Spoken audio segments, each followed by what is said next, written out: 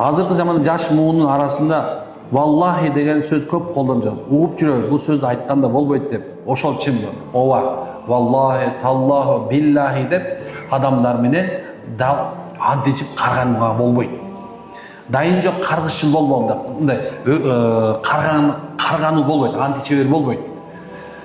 Античүү бул мындай айтканда күбөгө өтүүдө, бир нерсени далилдөөдө болот. Бирок сен калп айтып атасың десе, валлахи калп айткан жокмун деп субханалла бул нерсени колдонгон жакшы эмес.